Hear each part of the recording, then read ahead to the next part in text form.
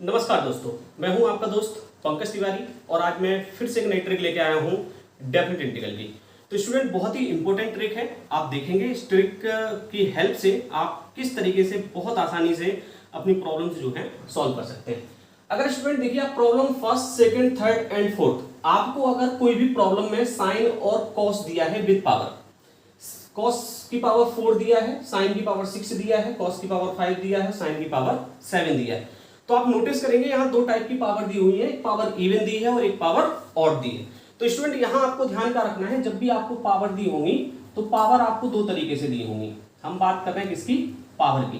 तो एक पावर आपको इवन दी होगी और दूसरी पावर आपको कैसी दी होगी? ऑड दी होगी। एक पावर इवन होगी और दूसरी पावर आपको ऑड दी होगी। तो देखो, अगर जैसे हम सिंपल तरीके से cos 4x को सॉल्व करते हैं, तो cos 4x को सॉल्व करने के लिए आपने अगर पढ़ा होगा, आपको याद होगा कि 0 से π/2 sin n theta into cos n theta D theta, इस तरीके से कुछ प्रॉब्लम्स दी होती हैं। आपको याद है, बीटा गामा फंक्शन की हेल्प से, गामा फंक्शन की हेल्प से हम इसको क्या करते हैं? गामा फंक्शन की हेल्प से सॉल्व करते हैं। सॉरी, बीटा नहीं, गामा फंक्शन की हेल्प से हम इसको क्या करते हैं? सॉल्व करते हैं। अगर साइन और कॉस के टर्म दिए हो, अगर स्टूडेंट यहां केवल कॉस का टर्म दिया हो तब भी आप बीटा गामा लगा सकते हो, या केवल साइन दिया हो, कॉस ना दिया हो, तब भी आप गामा फंक्शन लगा सकते हो और अपनी प्रॉब्लम सॉल्व कर सकते हो। तो स्टूडेंट, वो प्रॉब्लम थोड़ी सी लेंदी होती है। क्लियर है? और भी तरीका है इसको सॉल्व करने का, लेकिन जो मैं शॉर्ट ट्रिक आपको बताने वाला हूं, वो शॉर्ट ट्रिक आपको ध्यान रखना है। इवन जब फंक्शन दिया होगा तो वहां इनटू में π/2 आएगा, ये कंफर्म है ना? और ऑड में इनटू में हमेशा क्या आएगा?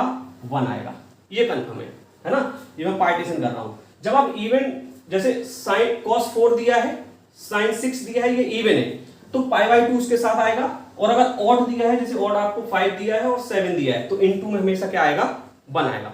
ऑड आएगा तो π/2 नहीं लिखना है, इवन आएगा तो π/2 लिखना है। आप ऐसे भी याद रख सकते हैं। इसके बाद स्टूडेंट, हमें ये देखना है कि यहाँ cos दिया हो या साइन दिया हो, ये मेथड जो है दोनों पे एप्लीकेबल है। अब इवन पावर अगर 4 दी है तो हमें क्या करना है? 4 से एक कम लेना है। तो 4 से एक कम क्या होगा? 3। फिर जो है 3, मतलब हमें अल्टरनेट लेना है। जैसे 3 ले लिया तो 2 नहीं लेंगे, तो 2 के बाद क्या आएगा? 1 आएगा, 1 लेंगे, डिवाइडेड बाय।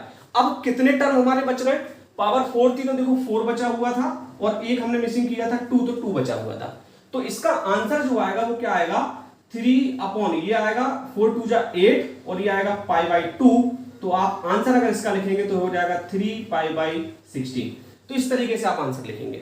एक बार मैं आपको फिर समझा देता हूं। अगर पावर इवन दी है तो इनटू में π/2 आएगा, पावर ऑड दी है तो इनटू में 1 आएगा। अब लिखना कैसे? जैसे 4 पावर दी है तो 4 से अल्टरनेट एक एक कम करके हमें लिखना है। 4 दी है तो 4 से एक कम क्या होगा? 3, हमने ऊपर लिख दिया। 3 से एक कम 2, तो 2 मिस करके चलना है। फिर 1, तो हमने 1 लिख दिया।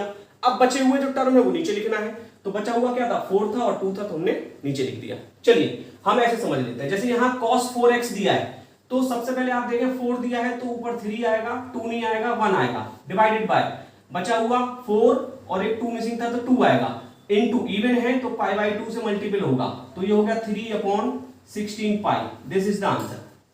Very simple.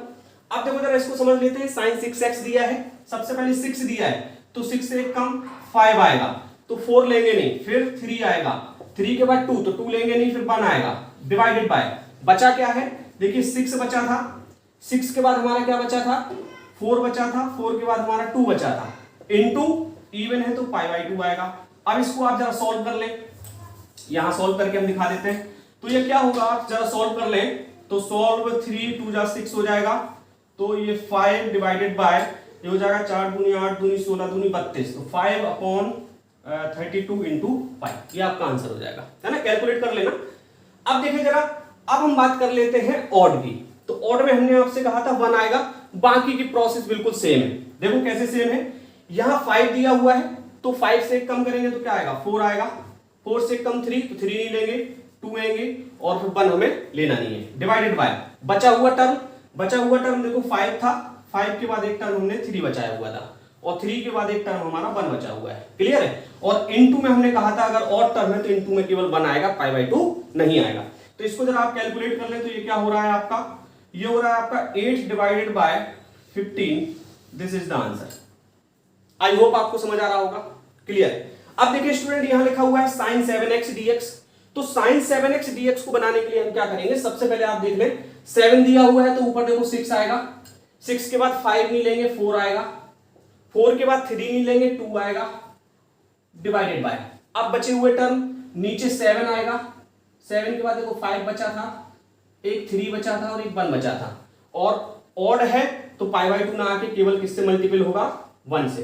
तो आप देख लें जरा क्या आ रहा है, ये 3 2 जा 6, ठीक है, और तो कोई कैंसिल नहीं हो रहा है, तो 4 दूनी 8 दूनी 16, तो होगा 16 डिवाइडेड बाय 7 पना 35, 35, दिस इज द आंसर।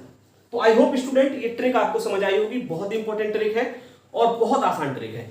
तो स्टूडेंट आई होप आपको ये ट्रिक पसंद आई होगी, अगर ट्रिक पसंद आ रही है तो इसको अपने दोस्तों के साथ शेयर जरूर करें, और हाँ, वीडियो को अगर लाइक नहीं किया है तो लाइक कर लें, चैनल को सब्सक्राइब कर लें, और नेक्स्ट वीडियो में हम फिर से एक नई ट्रिक के साथ मिलते हैं, तब तक के लिए टेक केयर।